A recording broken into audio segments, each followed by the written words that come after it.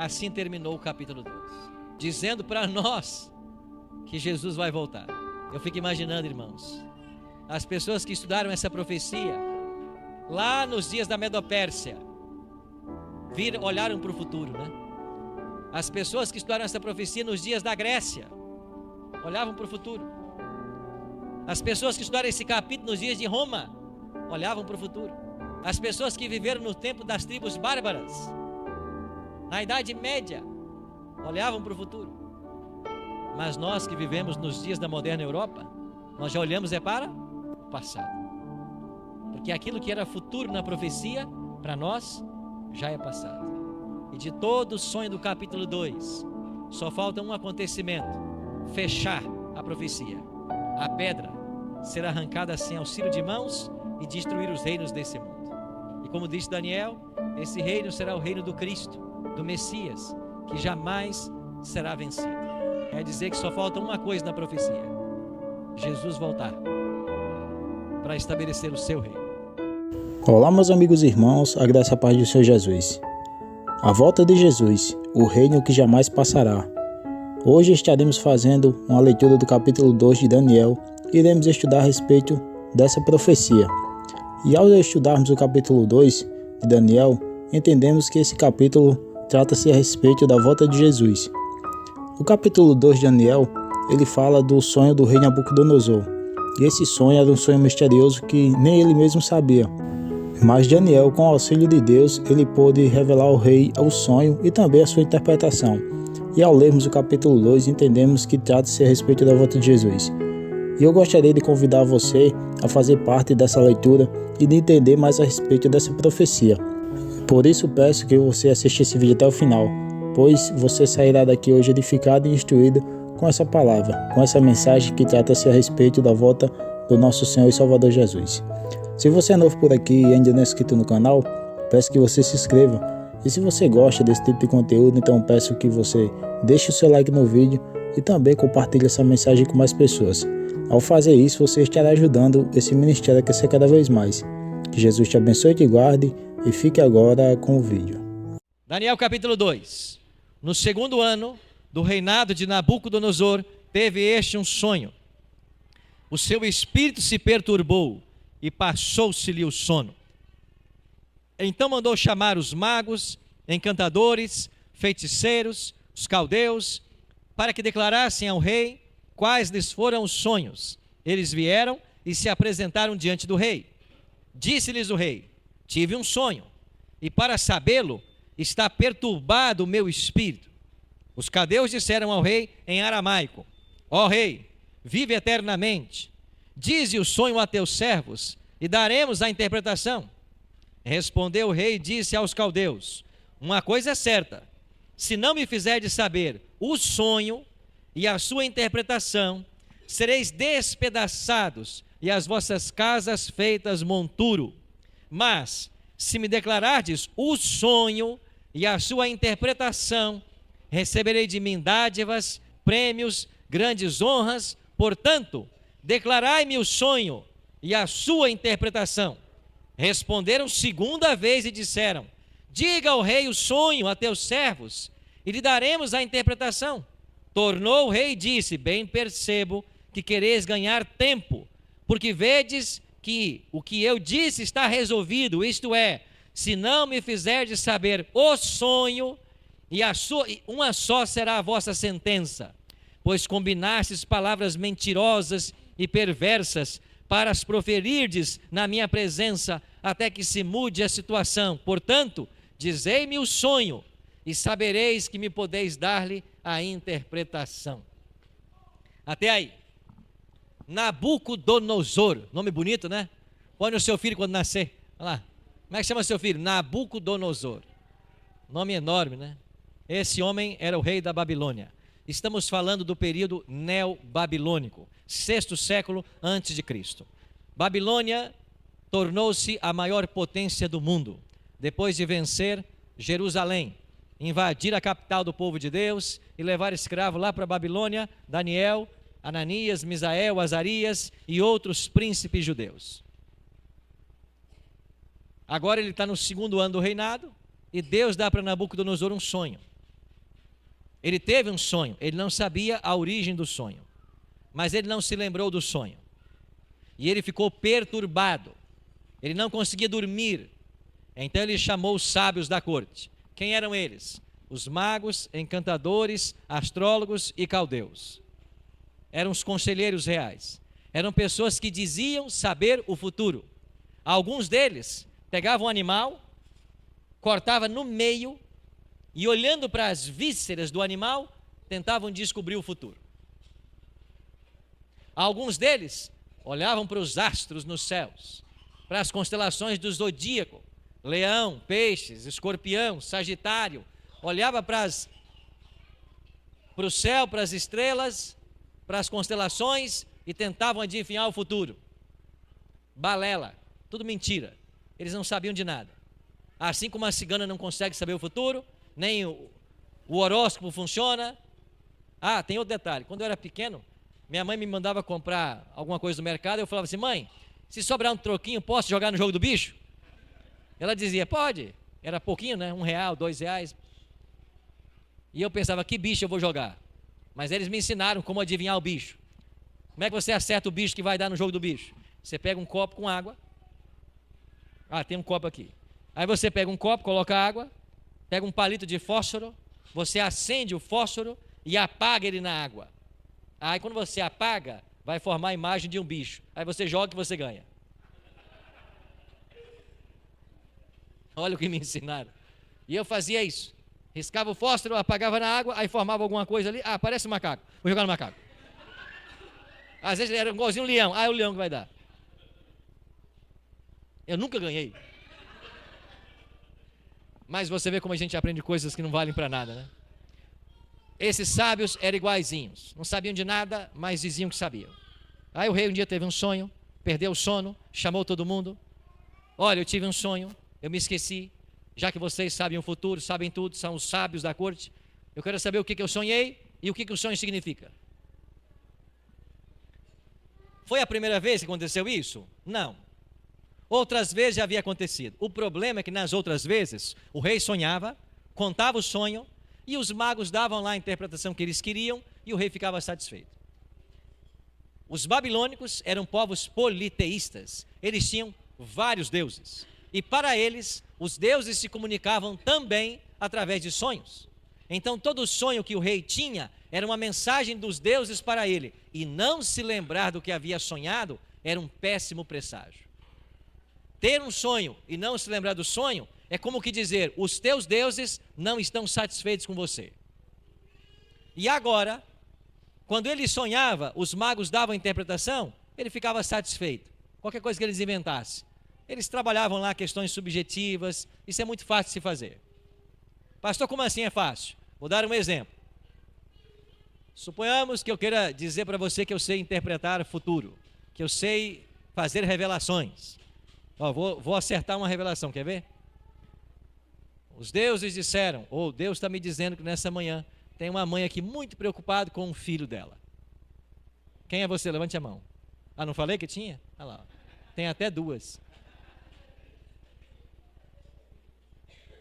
É isso que os magos faziam. Coisas subjetivas, que qualquer um sabe. E o rei acreditava.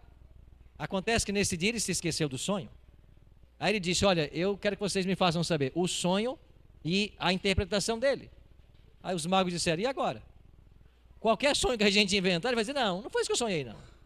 Não é assim quando você esquece um sonho e depois começa a se lembrar, ou lembra parcialmente dele? Então não dava para inventar, porque o que eles dissessem, o rei saberia ser mentira. Então disseram: olha, rei, diga então o que você sonhou e nós vamos dar a interpretação. Não, eu não sei o que eu sonhei. Mas já que vocês sabem de tudo, eu quero saber que vocês me digam o que eu sonhei. Aí eles se viram numa saia justa e disseram assim para o rei: olha, rei, escuta, por maior que seja o rei, nunca há na história um pedido como esse. Nunca nenhum rei tão grandioso como o Senhor fez um pedido desse.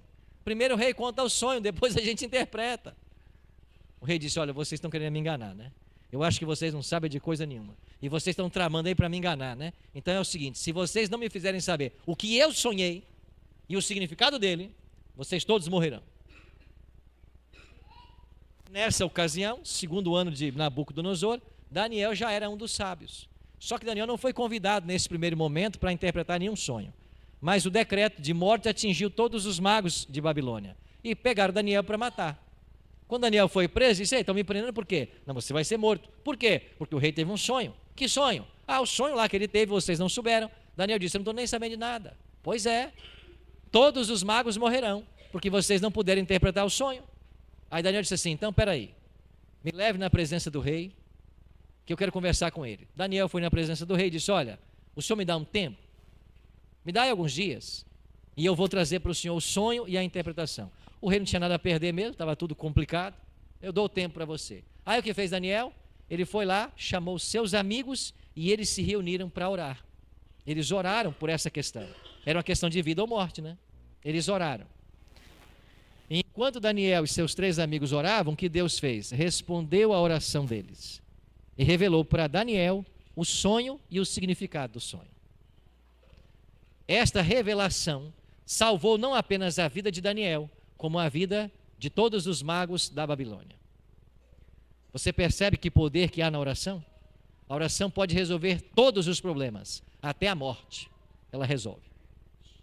Até a ameaça de morte. E a gente dá tão pouco valor à oração, né? Tem gente que almeja passar no vestibular, mas nunca fez um dia de jejum e oração por isso. Tem gente que está buscando uma pessoa para casar, mas não jejua e ora por isso. Tem gente procurando passar num concurso, mas não jejua e ora por isso. Tem gente que está procurando emprego e não jejua e ora por isso. A gente não confia na oração. A gente acha que as coisas acontecem naturalmente. Amigos, as coisas acontecem como resultado de orações, porque a oração tem o poder de mover o braço de Deus. A oração tem poder. Deus faz coisas que não faria se nós não orássemos. Eu nunca me esqueço, eu trabalhava vendendo livros para pagar meus estudos, a minha faculdade de teologia. E num domingo de manhã, eu deveria entregar os livros que eu havia vendido.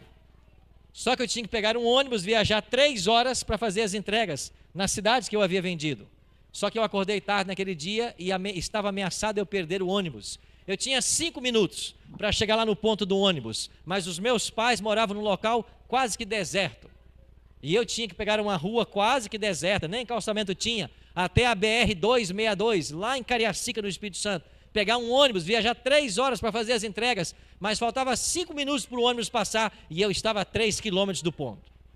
Você consegue caminhar 3 quilômetros em 5 minutos? Carregando uma caixa de livros? Só que quem já colportou aqui, né? Essa venda de livros a gente chama de colportagem. Quem já colportou sabe, se você não entrega o livro no dia marcado, depois todo mundo não quer mais o livro, é um problema.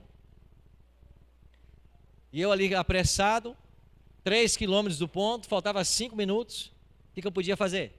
Eu podia orar.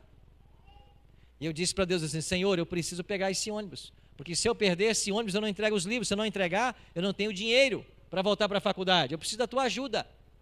E enquanto eu estava ali andando apressado, isso era 5 para 6 da manhã de um domingo, numa estrada deserta, o que aconteceu? Parou do meu lado um táxi. O motorista baixou o vidro e perguntou: para onde você está indo, meu jovem? Eu disse: estou indo lá para a BR, pegar um ônibus lá. Ele disse: entra aí que eu te levo. Eu disse: mas eu não tenho dinheiro para pagar táxi. Ele disse: não tem problema, estou indo para lá, eu te levo de graça. Eu entrei no táxi, ele me levou os 3 quilômetros. Quando eu desci do táxi, o meu ônibus apontou na curva assim. Foi o tempo de descer do táxi e dar o sinal para pegar o ônibus. Agora, amigos, qual a probabilidade de ter numa estrada semideserta, num domingo 6 da manhã, um táxi de graça? Eu acredito na oração. Eu acredito na oração. Daniel acreditava. E você tem que acreditar. Agora, se você não pede, nunca você vai ter. Mateus 7,7. Pedi, dá-se-vos-á. Buscai, batei, pois todo o que pede, o que busca e quem bate, abrir-se-lhe-á. Agora eu não peço. Eu pedi uma vez, no ano passado. Não. Jesus falou assim: você quando orar tem que orar com perseverança. Tem que ser insistente na oração. Se você quer mesmo, você vai pedir todo dia, até Deus te dar. É assim que a Bíblia ensina. Bom, a oração não é o tema de hoje. Eu só abri aqui uma janela para você entender a importância da oração, porque esses jovens confiavam na oração. E quando eles oraram, Deus diz para Daniel: Daniel, o rei sonhou foi isso, isso, isso. Isso significa isso, isso, isso. Agora imagine você, Daniel, que alegria, né? Aqui tem uma oração muito linda que Daniel faz. Ele agradecendo a Deus porque Deus revelou para ele o sonho, salvou a vida dele e a vida dos magos de Babilônia. Ele foi lá falar com Nabucodonosor, com o rei. Verso 27, Daniel 2, 27. Respondeu Daniel na presença do rei e disse: o mistério que o rei exige, nem encantadores, nem magos, nem astrólogos podem revelar ao rei. O rei está buscando em fonte errada. Você quer saber o sonho, o significado? Mas você, Nabucodonosor, está buscando em fonte errada. Porque os magos, encantadores, astrólogos, caldeus, eles não sabem o futuro. Verso 28. Mas há o quê? Aonde? O qual revela os mistérios, pois fez saber ao rei Nabucodonosor o que há de ser quando? Então o sonho de Daniel, ou melhor, o sonho do rei, era alusivo aos últimos dias. Essa expressão últimos dias é uma expressão alusiva a datas pós-Cristo, depois do Messias. Os últimos dias são inaugurados com Jesus. Não confunda últimos dias com tempo do fim. Tempo do fim é outra coisa.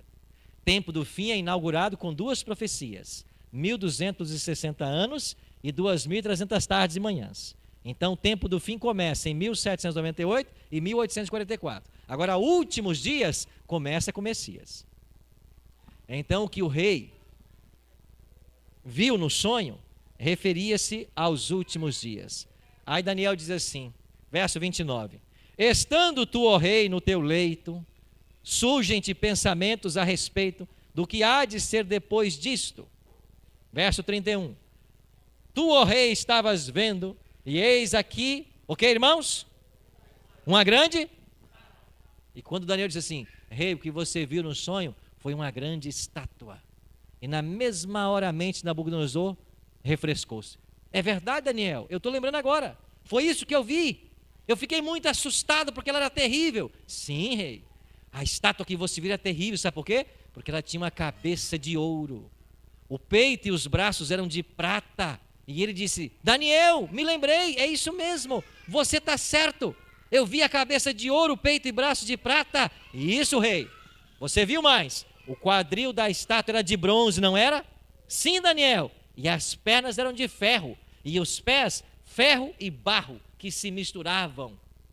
E o rei disse, Daniel, eu lembrei agora, foi isso mesmo. Mas como você sabia disso? Eu não disse para você que tem um Deus no céu que sabe de tudo? Quem é ele? É o meu Deus, o Deus que eu sirvo. É o Deus criador dos céus e da terra. Mas ele não é um dos nossos aqui? Não. Os que vocês adoram são falsos. Mas Daniel, nós temos tantos, nenhum deles serve? Não, nenhum deles serve. Nem Marduk. Eles são falsos. Agora o meu Deus não, ele é o verdadeiro. Ele é o Deus que criou os céus e a terra. Ele me contou o que você sonhou. Mas Daniel, que Deus extraordinário é o teu? Ele é mais sábio que os nossos? Sim. Mas e aí? O que significa? Ele também te contou o significado do sonho? Contou. E eu vim aqui te dizer. Sabe o que significa essa estátua de metais? Ela significa que 4 impérios ainda dominarão o mundo. 4 impérios? Sim. Como o meu, Babilônia? É. O seu faz parte dos 4. Você está brincando? É mesmo? Babilônia está na profecia? Tá. Mas qual é o papel nosso como Babilônia? Tu és a cabeça de ouro. Não tinha uma cabeça de ouro na estátua? É o teu império, Nabucodonosor. Tu és a cabeça de ouro. E Nabucodonosor estava estupefato. Então quer dizer que Babilônia é a cabeça de ouro na estátua? Sim. E o que significa os outros metais? Daniel continuou. A prata do peito e dos braços é o império que vai chegar depois do teu. Ele se chama Medo-Pérsia. O quadril de bronze se chama Grécia. As pernas de ferro se chamam Roma. Daniel, então Babilônia vai passar? Vai. Você vai ficar muito tempo no trono. Mas depois que você sair do trono, virão outros descendentes. E vai chegar a hora em que o seu império que você construiu com tanta glória, ele vai ser derrotado por um outro império menor do que ele, assim como a prata é inferior ao ouro. Nabucodonosor estava maravilhado.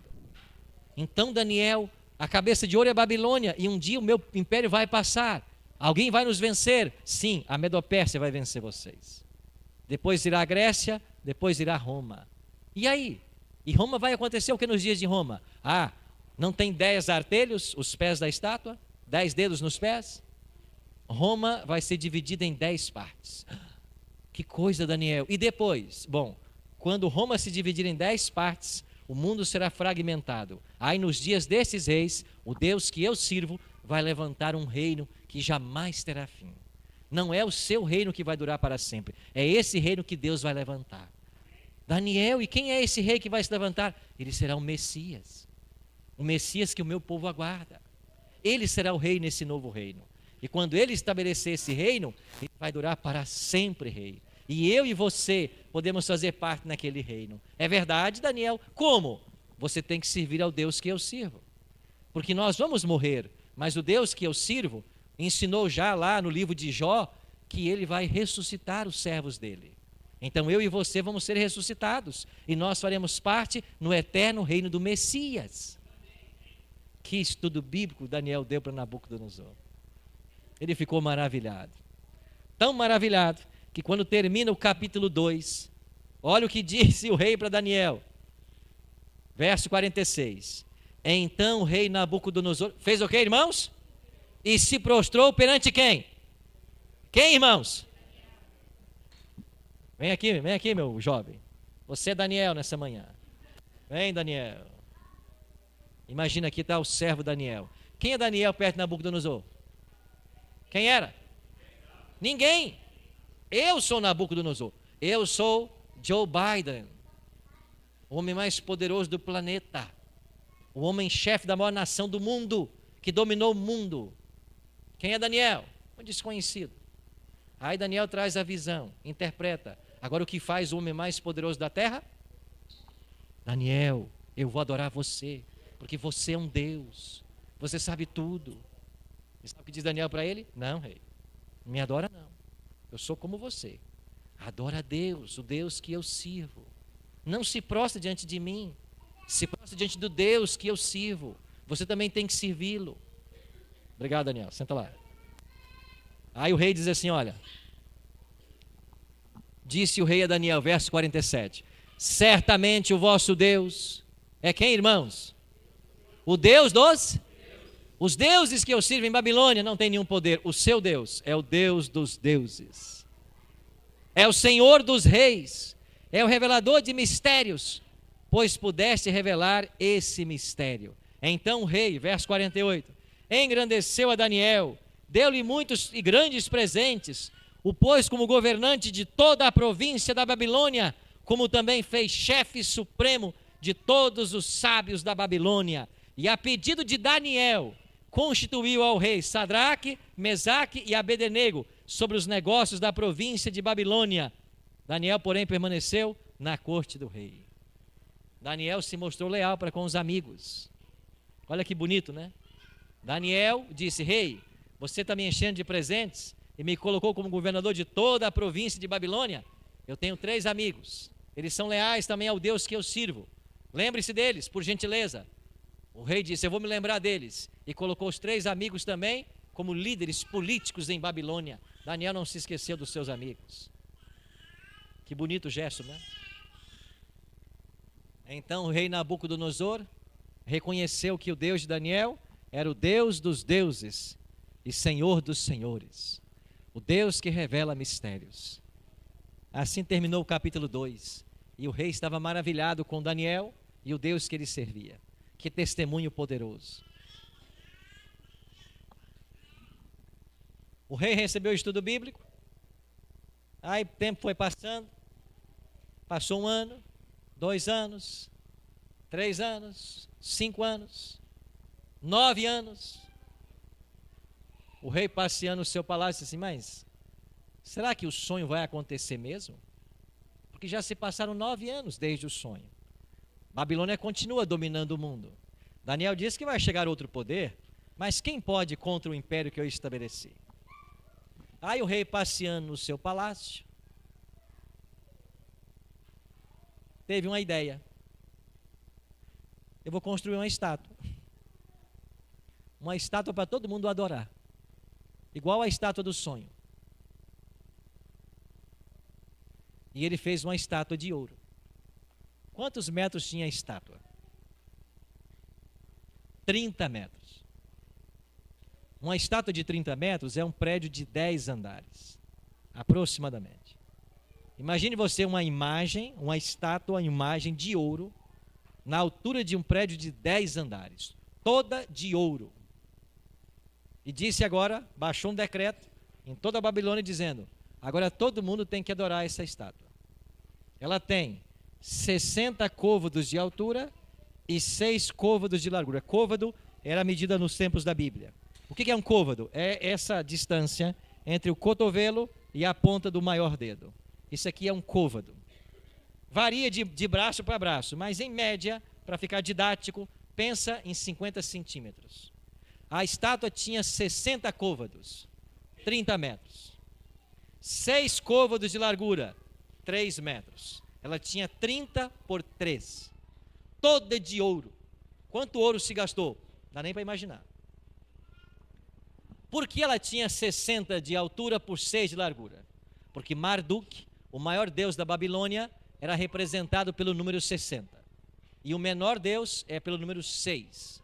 Então, os 6 e os 60 eram os deuses da Babilônia. Essa estátua apontava para os deuses da Babilônia. Agora, os babilônicos eram especialistas em numerologia. Foram eles quem desenvolveram o sistema sexagesimal. Essa história de meia dúzia, uma dúzia, vem dos babilônicos. Eles inventaram isso.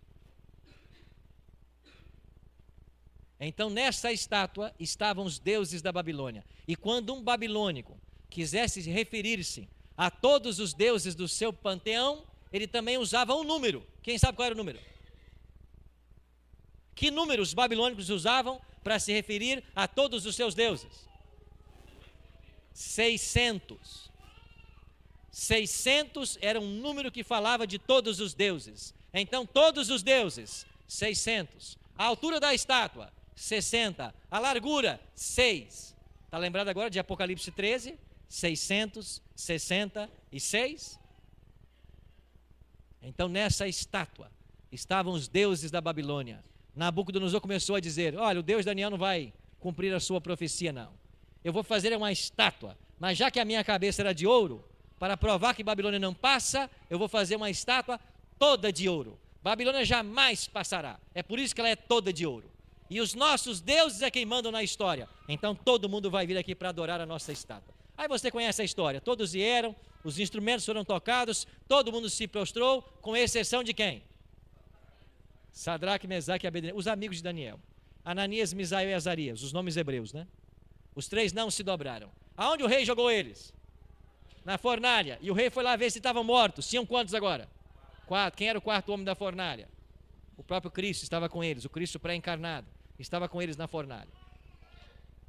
Nabucodonosor recebeu um 2º estudo bíblico. Que coisa extraordinária. Esse povo nem morre. Joguei na fogueira e não morre. Nem cheiro de fumaça tem na roupa. E os meus soldados que os lançaram morreram. Extraordinário. Que estudo bíblico. Mas ele não se convenceu. Passou um tempo, né? Nada como o tempo leva a gente a esquecer as coisas, né? Tá o rei andando na Babilônia e diz, mas gente, será que esse poder vai passar? Olha essa Babilônia que eu construí. Olha o jardim suspenso da Babilônia que eu mandei fazer. Isso aqui é uma maravilha do mundo. Isso não vai passar nunca. E enquanto ele dizia assim, não, meu reino jamais vai passar, o que aconteceu com ele? Caiu de 4. Virou o quê? Um animal. Passou a se comportar como um animal. Durante quantos anos? 7 anos. 3º estudo bíblico. Esse durou 7 anos. Pastou como um animal 7 anos. Mas quando ele recobra a consciência, ele volta ao trono. E agora a última informação que nós temos de Nabucodonosor é um decreto que ele baixou convidando a todos os moradores da Babilônia a adorarem o Deus de Daniel. Aqui nós temos a conversão do rei Nabucodonosor. Ele se converteu. E o último registro da história bíblica sobre ele é um rei converso que aceitava agora o Deus de Daniel. Ele ficou no trono 43 anos. Depois ele morreu. O neto dele, Belsazar, estava no trono quando chegou o segundo império da profecia, a Medo-Pérsia. Isso está em Daniel capítulo 5. A Medo-Pérsia venceu Babilônia no ano 539 a.C. Fomos agora para o peito e braços de prata. No ano 331, chegou a Grécia, o quadril de bronze. A Grécia venceu a Medo-Pérsia no ano 331. Vamos agora para as pernas de ferro. Chegou Roma. Na batalha de Pídima, no ano 168 a.C., Roma venceu a Grécia. Agora quem era o poder mundial? Roma. Estamos nas pernas de ferro. Jesus Cristo veio, Roma dominava. Jesus foi crucificado por ordem de um imperador romano. Os discípulos todos morreram durante o Império Romano. As perseguições começaram, o Império Romano perseguindo aos cristãos. E quando nós chegamos ao ano 352 da nossa era, começam a chegar os povos bárbaros na Itália. Érulos, vândalos, astrogodos, visigodos, suevos, burgundos, saxões, 10 tribos bárbaras. Invadem a Itália a partir do ano 352. E essas tribos começam a atacar o império. E o império foi enfraquecendo, até que no ano 476 é destronado Rômulo Augusto, o último dos imperadores romanos. E quando morre Rômulo Augusto, quando cai o último imperador, o último dos Césares, quem é agora que domina o mundo? 10 tribos bárbaras. Nós estamos aonde agora no sonho do rei? Nos dedos dos pés. 10 tribos bárbaras. Aí a profecia de Daniel capítulo 7 diz que surgiria um chifre pequeno. Esse chifre pequeno arrancaria 3 dessas tribos. E quem é o chifre pequeno? De Daniel 7. O papado. O papado. O sistema papal, para se estabelecer, ele precisava dominar nessas 10 tribos. E ele começou a exercer sua influência para que a religião dominasse também o Estado. E o chifre pequeno, Roma papal, foi estabelecendo o seu domínio. Tribo após tribo foi se submetendo. Mas quando chegaram nos érulos, vândalos e ostrogodos, essas tribos não aceitaram o domínio do Papa, do bispo de Roma. E como não aceitaram, viraram inimigas do Papa. E agora, o sistema papal que estava sendo montado, juntou as 7 tribos que já serviam ao papado para atacar as 3. E essas 3 tribos, érulos, vândalos e ostrogodos, foram expulsas de Roma. E quando elas foram expulsas, as 7 que ficaram deram para o bispo de Roma toda a autoridade que ele precisava. E aí, os francos organizaram a França. Os álamos, os bretões, os suevos da Suécia, os saxões, a Inglaterra. E então as 7 tribos bárbaras que sobraram organizaram as primeiras 7 nações europeias. A partir daí surgiram outras nações, como desmembramentos, e nós estamos hoje vivendo os dias da moderna Europa.